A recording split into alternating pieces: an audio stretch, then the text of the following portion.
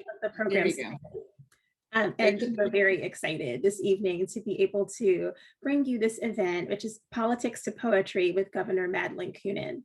First, before we go further, I'd like to take this opportunity to extend our thanks to our library partners, as well as to the generous underwriters who make it possible for us to offer such rich and robust programming.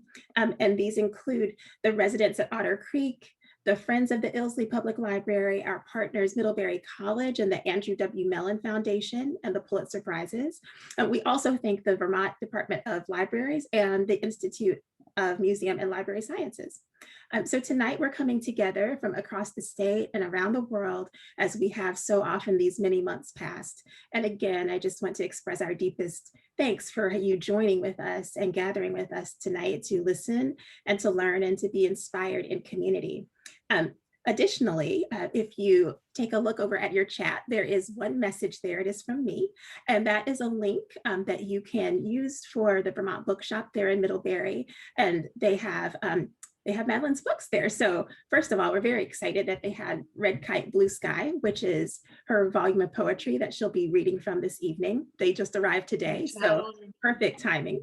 And we also have hardcover and paperback versions of Coming of Age, My Journey to the 80s. So that link I will keep putting in occasionally in the chat. So if anybody comes and they're a latecomer, they can check that. And if you have any questions afterwards, please do.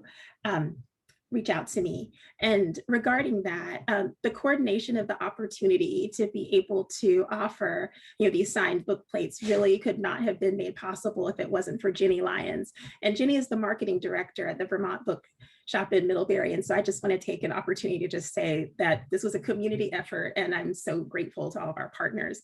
And so personalization is not guaranteed. We might be able to do that, but we will have a signature for you if you purchase a book and indicate that you would like so. Before we begin, I have just a few logistics and housekeeping. So as you all know and you recognize that each of you was muted upon entering, and we request that you please remain muted for the duration of the event. I will be monitoring the chat box there. So any questions or concerns that you have, just please feel free to put them there.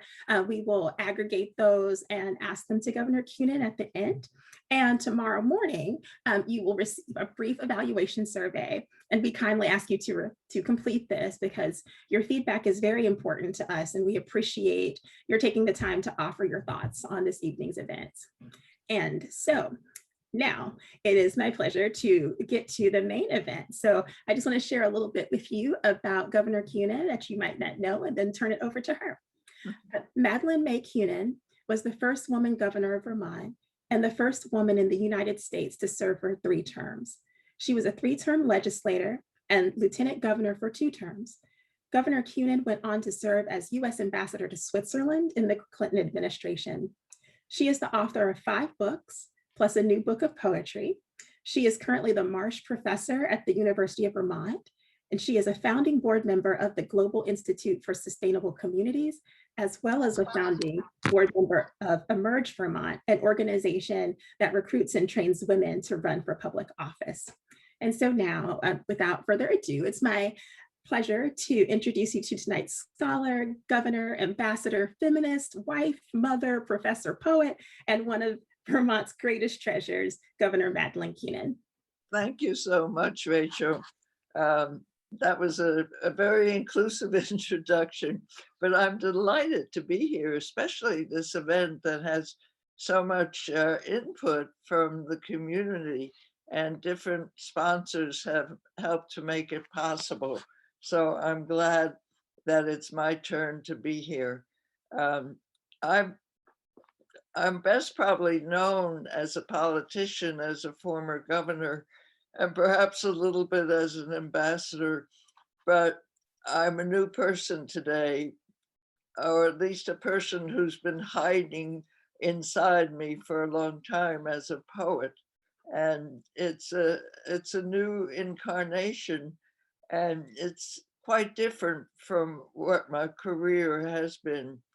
As you know, in the audience or the viewers, as a politician, you have to be an extrovert. You have to be jolly and positive, and sort of cover up any inner complicated feelings you might have. But as a poet, you can be quiet while you're writing poetry. And so I've discovered my poetic side. And part of it is just retirement, where I have more time to think, to be alone. And part of it is aging, where you reflect more about your life. And so it's been a real pleasure to be called a poet. First, I didn't believe it when somebody called me a poet because I wasn't sure what I was actually doing with poetry. But this seems to be a good time for poetry because people want to be more reflective in because of the changing times and the pandemic. And we may want to turn off the news and think about things. So I'll stop talking and share some poems with you. The title is Red Kite, Blue Sky. And the title comes from two poems in the book, written at different times and in different places. Red Kite was written about 2 years ago when I was in Sicily with friends, and some of my friends made a kite, and we were by the seashore in Sicily, and the vision of this gorgeous red kite just stayed with me. So here goes.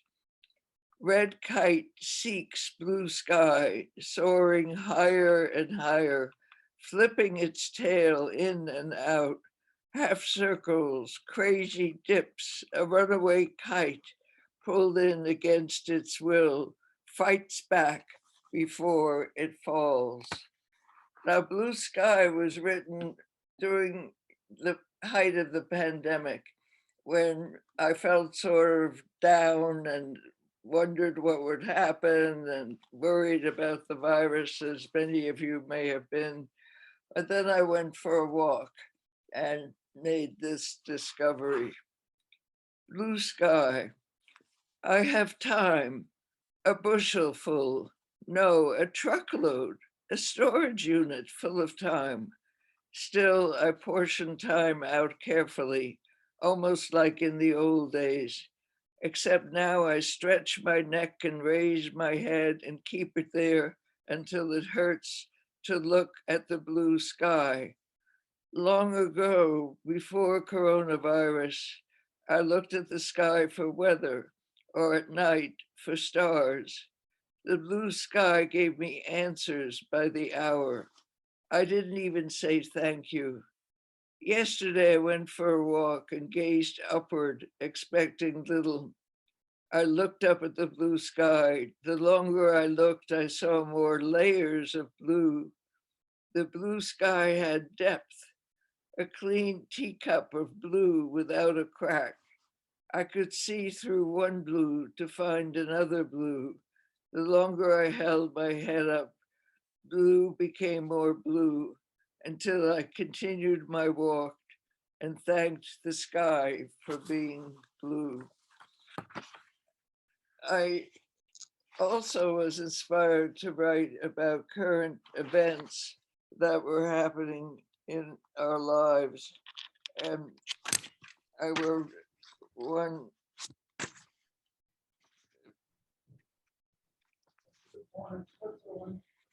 I'll get there a minute. That's one of the, I should have had somebody turn the pages for me.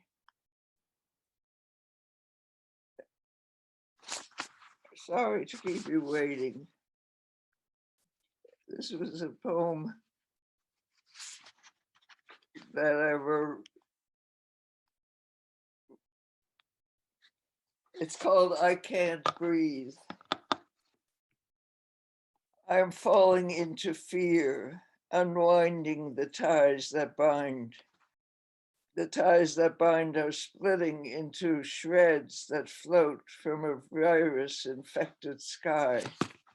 A black man couldn't breathe because a white man pressed down on his neck. Mama, he cried before he died, after more than 9 slow minutes. I sit in my chair here at home, where I try to move close to where they march down pulsating streets, opening their red mouths to needle-pointed smoke, choking on injustice. I guess that's pretty clear. I wanted to be marching with them, and I did in spirit. I wrote a few poems about COVID. I just wanted to express myself. Um,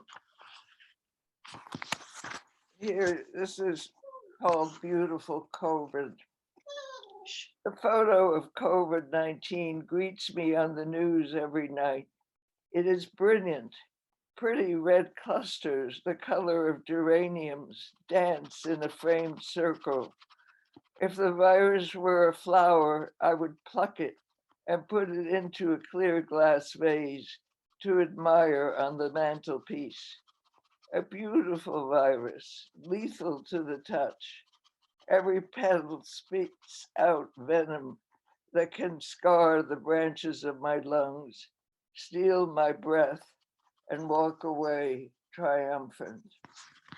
So we were all affected by this phenomenon, and we are still experiencing some of the consequences. This is another COVID poem called The Handshake. My right arm used to jut out like a jack-in-the-box to reach for a stranger's hand when I was marching on the campaign trail in the old days before coronavirus. Pressing the flesh, it was called then, an expression I rejected. I was certain that each handshake had meaning. My hand was sending a message. This is who I am. Trust me. A stranger who was caught by my hand had to respond to be freed with a firm grip or a weak one, rough or smooth. When a gargantuan hand incised my wedding band into my finger, I cried, ouch! Was that my punishment or his mistake? I stretched my grimace into a smile and had to forgive him.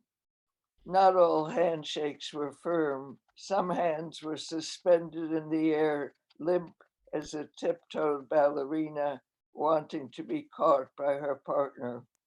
Now, standing 6 feet apart, further than two arms can reach, we keep our hands dutifully by our sides. I'll read you one other poem from COVID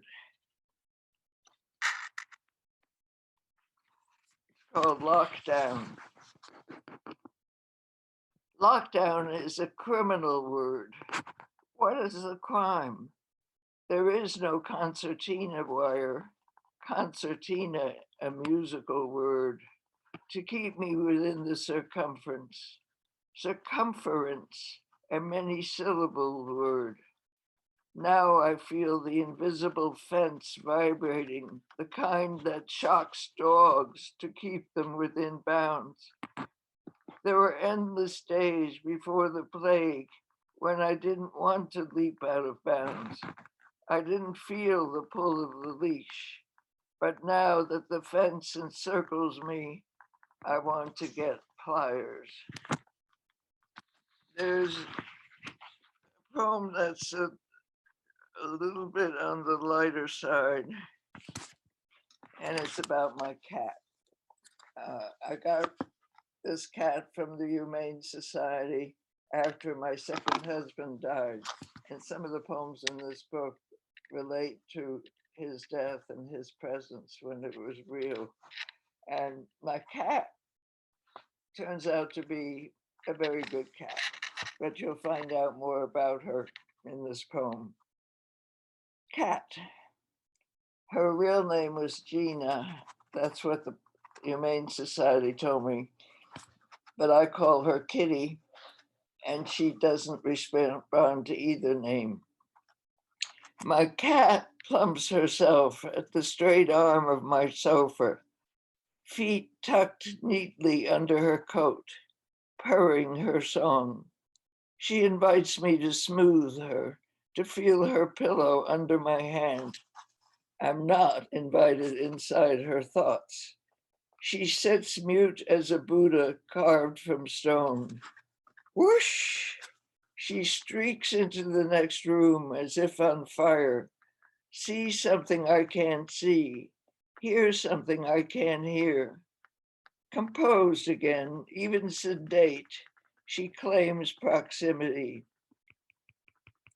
Sits where I sit, walks where I walk, climbs across my lap, and seats herself regally by my side. She stares intelligent at me as if ready for a chat. Her coin round pupils are circled in gold. She holds her gaze until I give up. A yawn unclips her red mouth, her pointy tiger teeth, a beast. Her mouth closes, her head is lowered.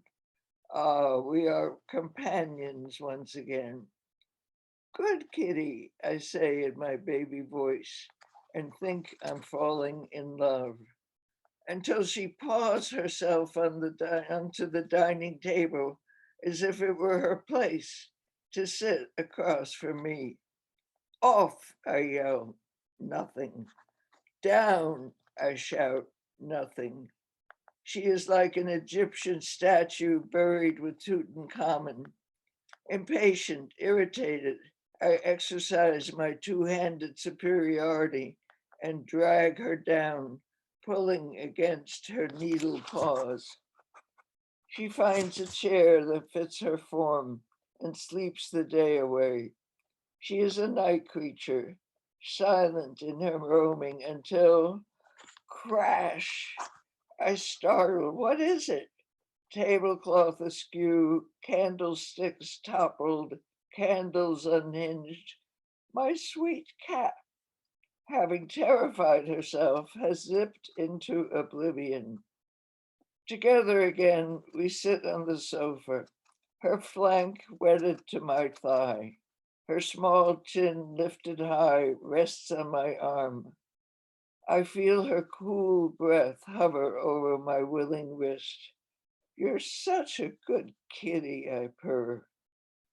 Lying in bed at night, I wait for her usual visit. She gives no hint of her stealthy approach. A quick paw lands on my chest and then another until four paws have stepped over my body.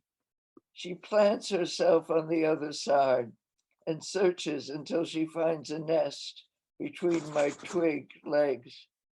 She curls herself into a coiled rope, no beginning or end. We share our bodily warmth, hers intermingled with mine, searching for our separate sleep. I dare not move. And those of you who have cats may find something in common. This is a poem about spring, before spring. I long for a shaft of warmth from the sun to touch my back and reach down to my toes. It's been a bitter winter, everyone says, arriving early before I found my gloves and staying until I lost one, then two. Sharp winds sliced my cheeks and burned my brow with a film of ice. Yesterday, snow sealed the fields again, white to the edge of the road, where gray mounds sit crystallized with black specks, sequined together, surrounded by a fringe of water that flows downhill and freezes at the base. I caution myself, don't slip. I step high over the water, raise my feet over a slab of ice. I dread that I will crash into a jumble of elbows and knees and break my leg, injure my arm, imprison myself in a stiff cast. I long for the water to run to the sea. I long for the sky to unfasten the clouds, and I long for the clouds to wash blue. That was actually written about last winter, not this past winter, which was actually quite mild.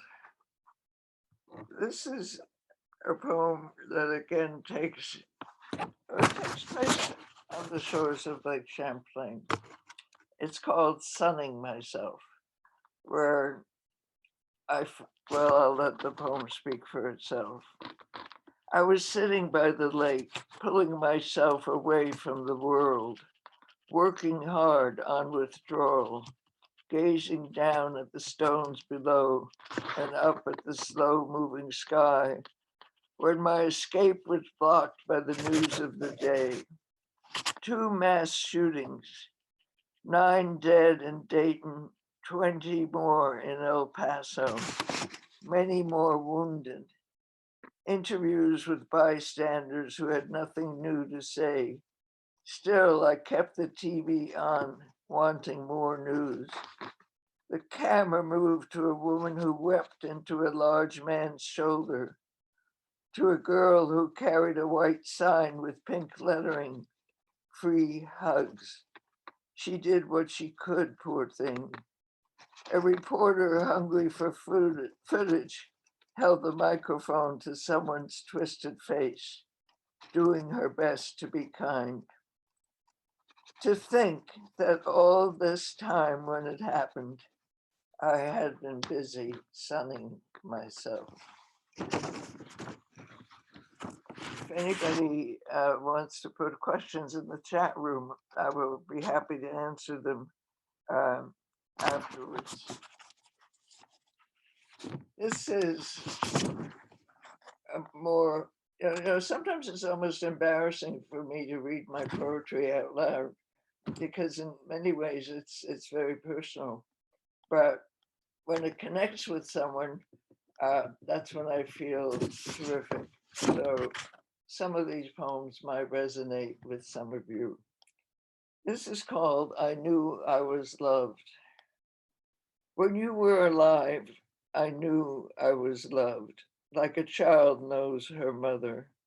My words floated in the air and landed on your fingertips before you flicked them back to me.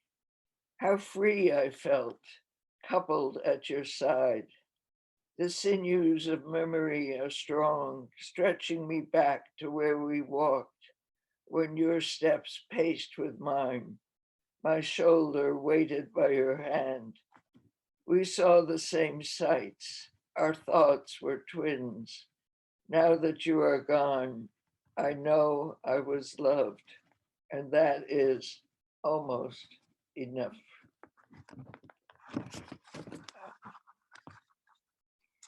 There's a poem that I wrote a while ago.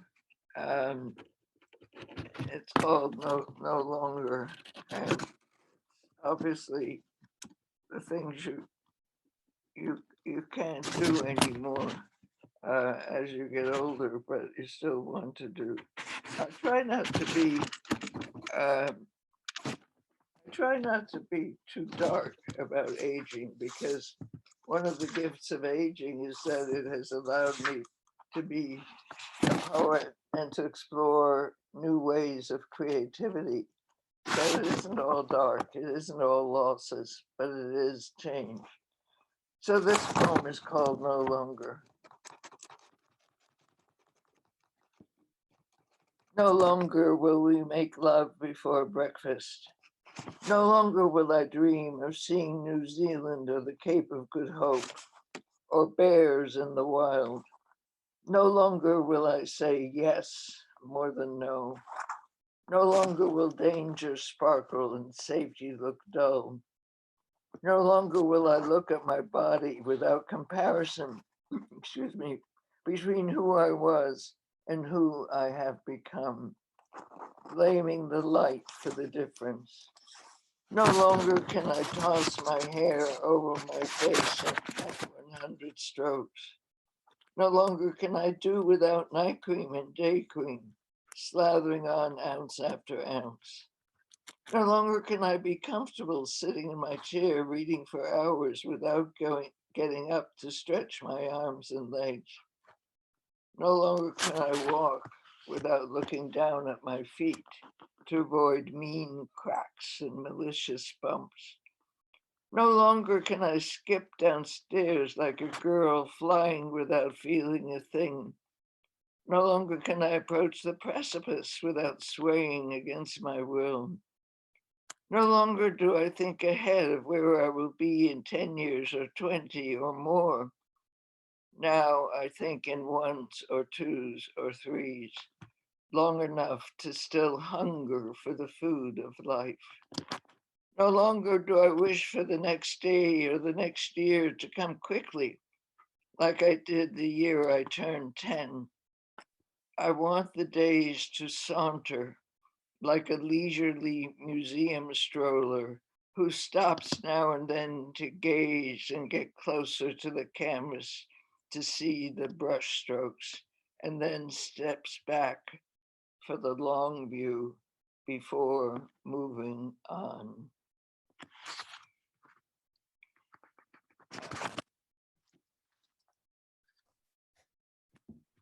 This is a,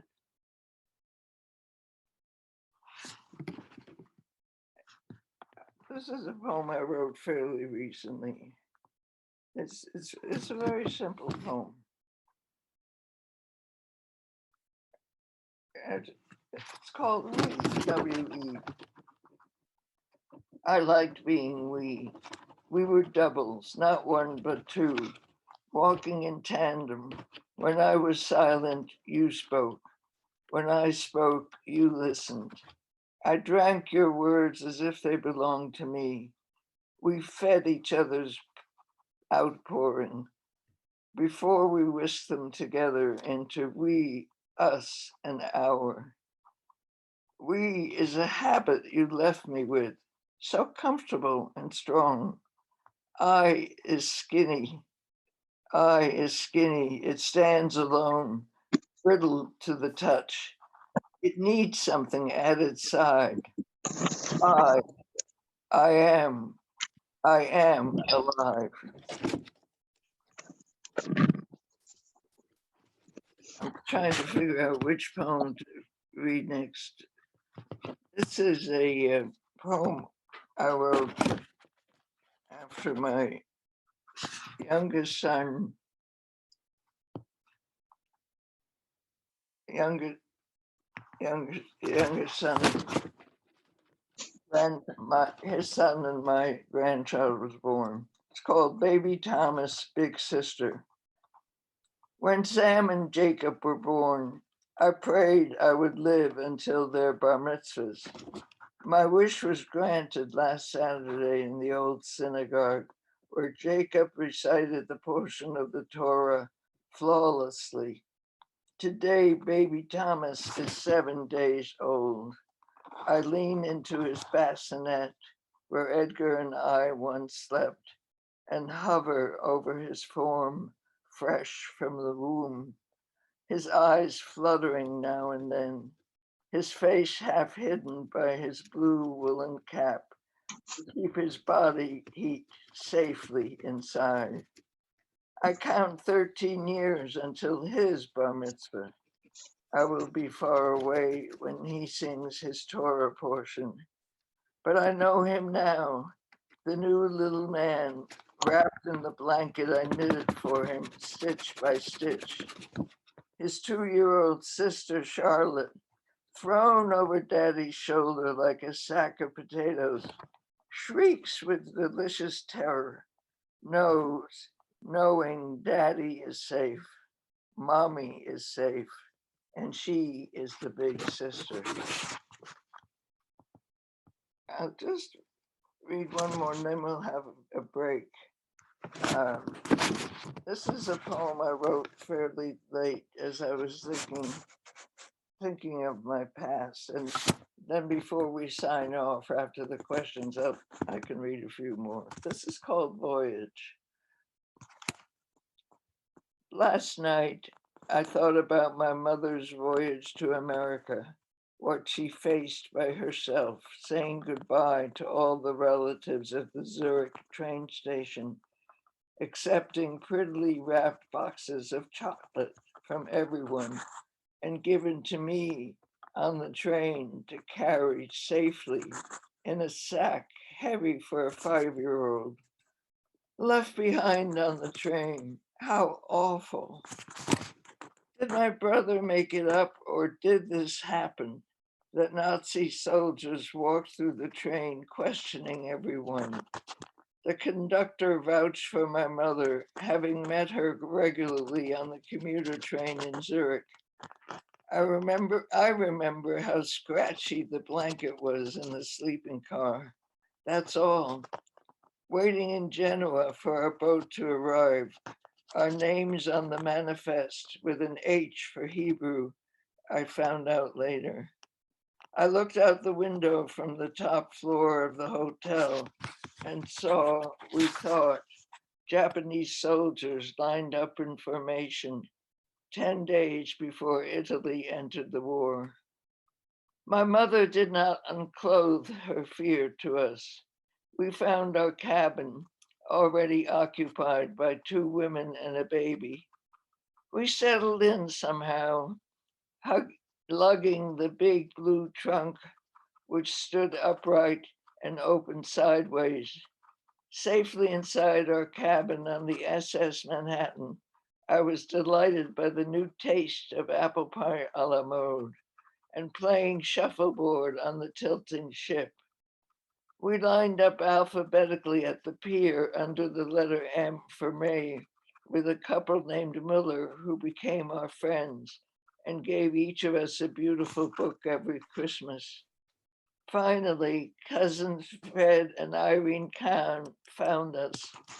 She, already American, wearing a red hat, red shoes, red pocketbook, opened our eyes wide. Madeleine, you have to have coils. All the Goyles in America have coils. We repeated her words for years, silly with laughter. So that's a good memory. And as a child, I was not afraid of anything because I didn't know what the real circumstances were. I'd be happy to answer some questions if you want to forward me some, Rachel.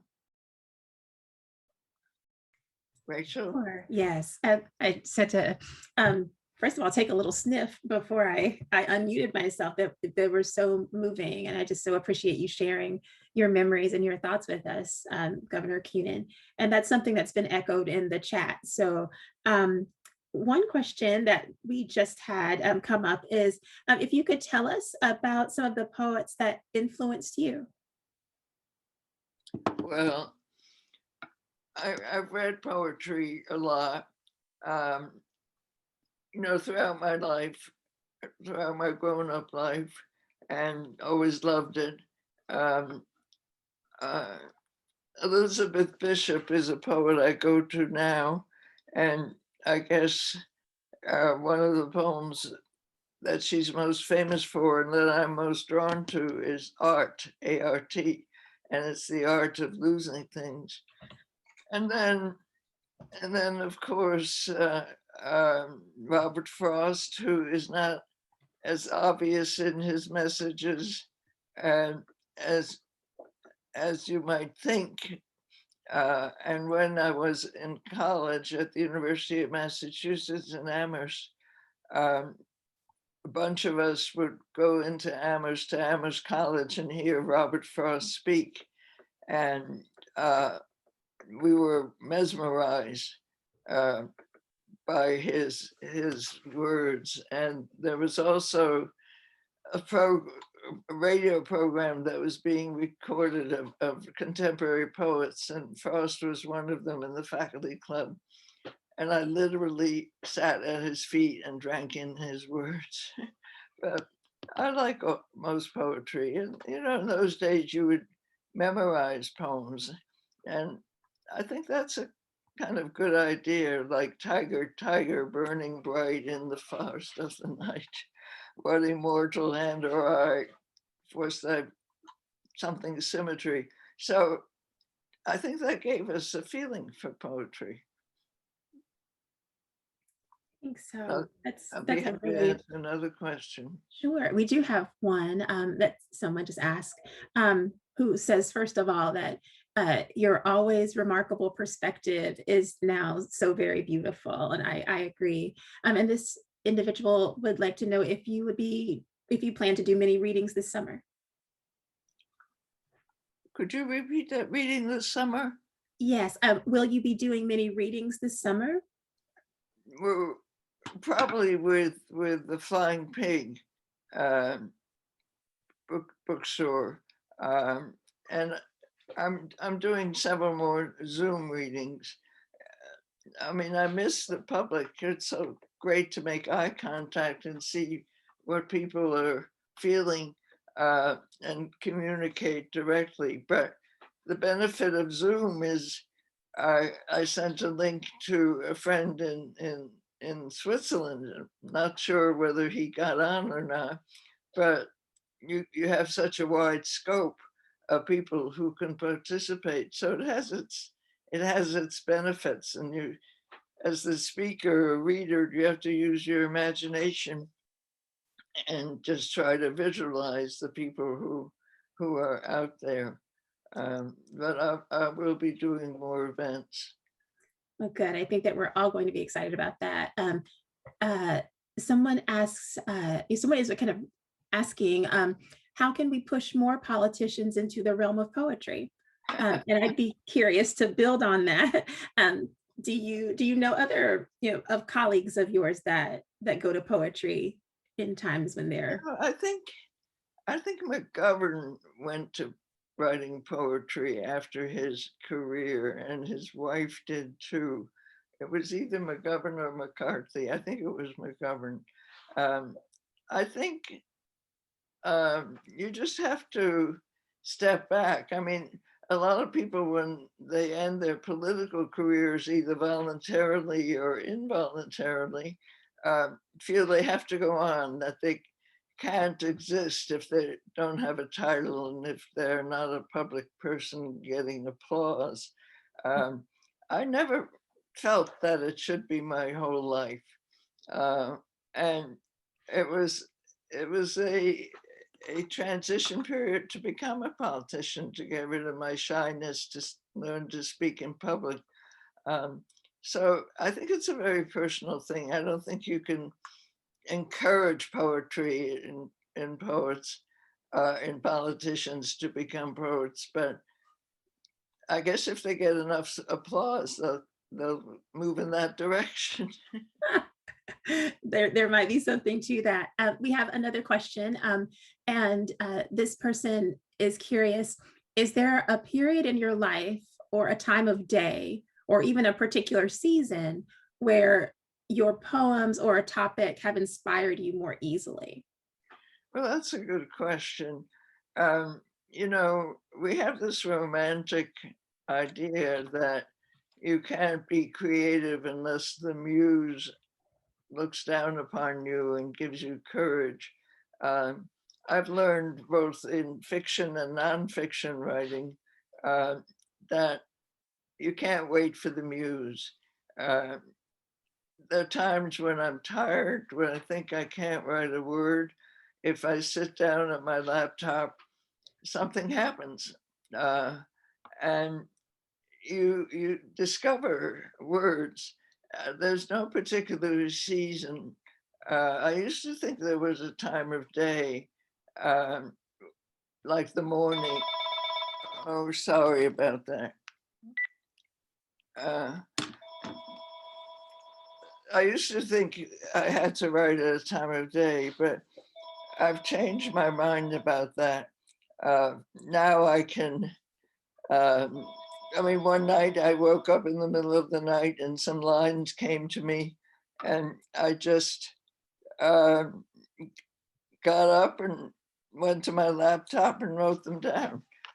I think the best advice ever given to me about writing of any kind is that all writing is rewriting. And it's putting down those first words, which you may look at and say, oh God, did I say that? But the truth is, you rewrite them. It's an ongoing process. And the process of revision and looking at it in different ways is very interesting. So don't be afraid of those first words, whether it's poetry or prose or a scientific paper. You can polish it, you can revise it. In my own habit, I write a first version, which I've worked on for a bit, and then I let it sit. And either the next day or several days, I'll look at it again and revise it. And I might do that a few times. So it's, it takes courage, of course, to expose yourself to criticism, to expose your own inner feelings. Poetry is much more personal than prose. And it took courage to be a politician too, but this is a different kind of courage. But as I'm older, I say to myself, I don't give a damn. I mean, this is who I am, and I'll take the risk. I love it. I think that's such a good piece of advice, and so necessary to think about the process of rewriting. I think sometimes we want it all to come out perfectly the first time. Um, we just had, a number of folks who have said that they just really love your authenticity and your sharing. And if anybody else has another actual question, feel free to put them in. But right now, I think people are just soaking in what you've shared so far. Okay, well, I can,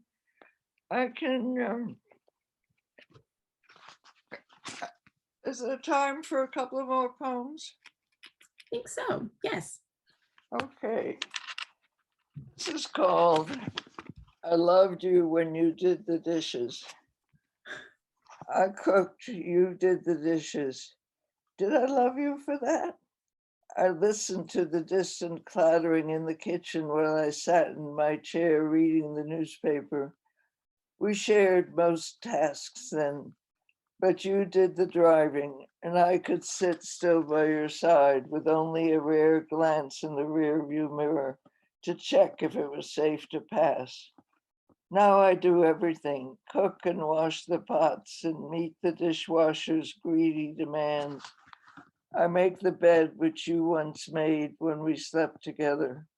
I push your wheelchair and straighten my back, not letting it sink into a stoop before its time. I feel my muscles tighten up the incline. I wish you could feel it too from your glued position. You need me now to move in any direction, up and down and around corners without bumping into things like winter boots thrown casually on the floor. I take the lead, pulling you out of yourself and into the world I inhabit. You visit me from time to time like you used to do when you did the dishes and the counters always needed wiping. The evening is better than this morning when you berated yourself for growing old. What can I do? You asked, pleading with yourself. I whispered, nothing. Evenings we meet out on the sofa and talk about a story in the New York Times or a scene from the evening news. We are same-minded again. The world is spinning crazily out of its orbit. We shake our heads from side to side in rhythmic disbelief. I reach for your still hand, cover it with mine, and keep it there.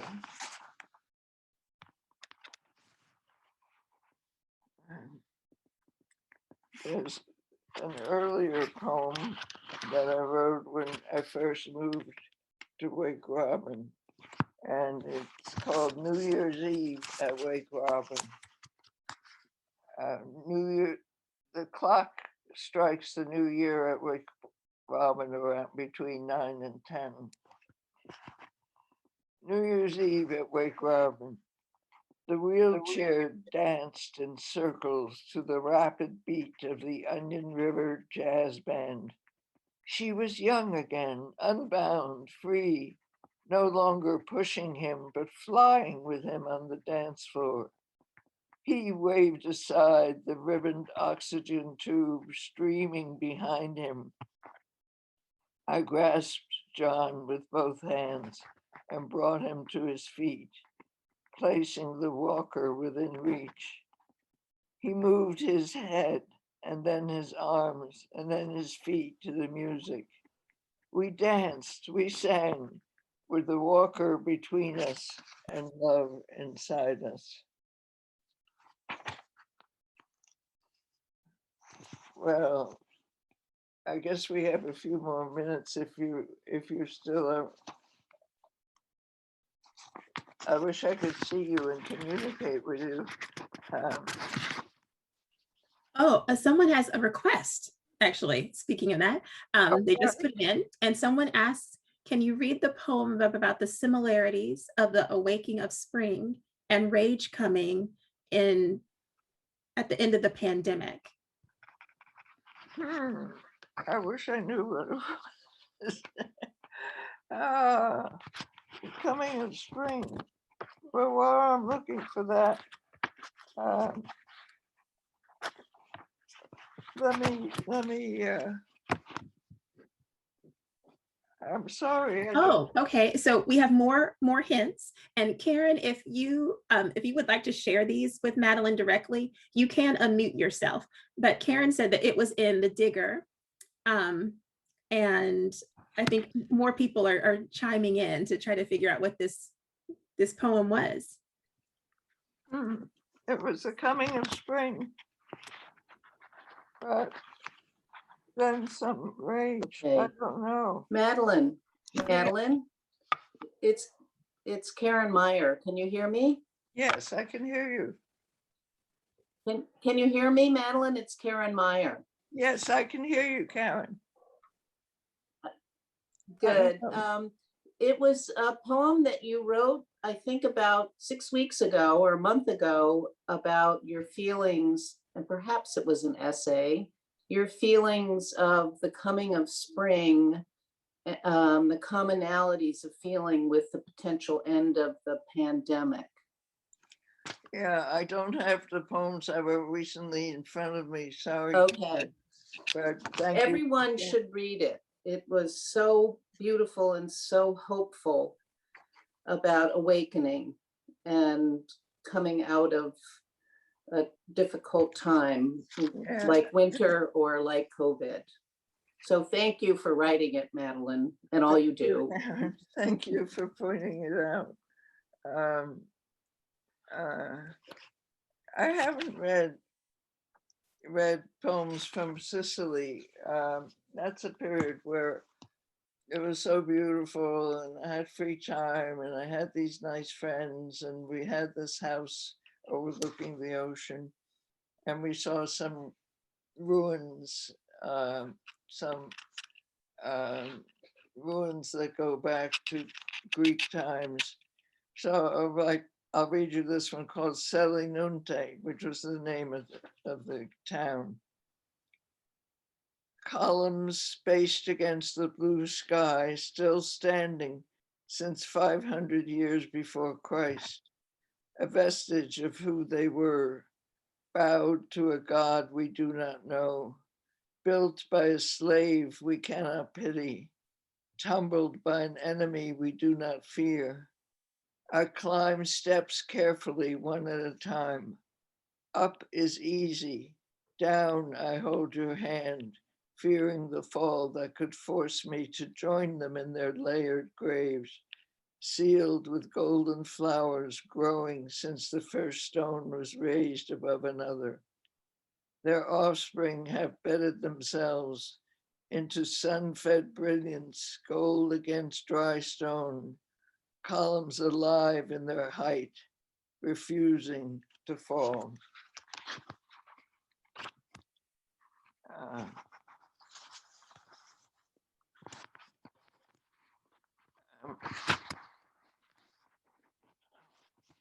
This is Okay, go this ahead. is in the COVID section. This is called Home Alone. I think too much about myself when I'm home alone. No one reminds me to get up at 8 or turn off the light at 11. I sleep past the alarm and feel remorse for lost minutes, even hours. I used to be punctual, arriving in good time for dentists, doctors, and friends. The hands of the clock held me fast, marked my movements around the day. The pandemic has sickened my clock. It can no longer tell me what day it is. I luxuriate in being timeless, living alone, except when I open my eyes to my jittery television screen and the head of a fully grown nurse appears who tells me she has just finished her 10-hour shift and is going back to work. So I had no. I'll conclude with this poem. You probably have figured out I live at Wake Robin, and there are various sections.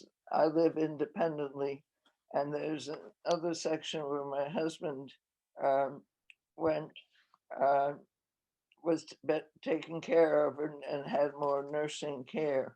And I would visit him, of course, each afternoon or evening.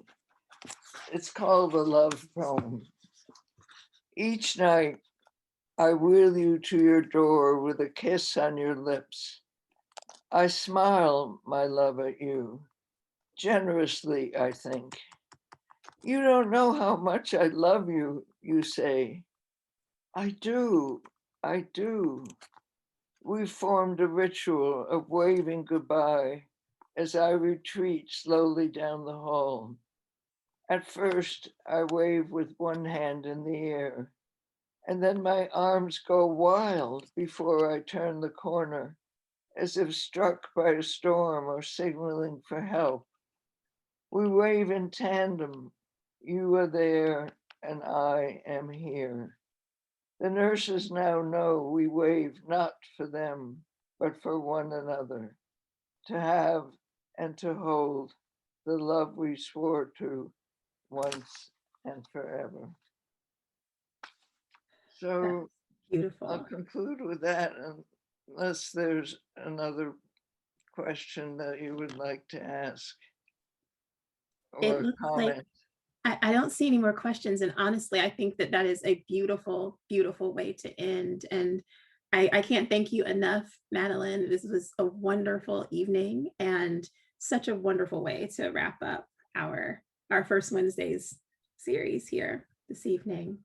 Well, thank you, Rachel, and all the people, Tess Taylor and Chris Corby and the bookstore and the Humanities Council for putting this series together.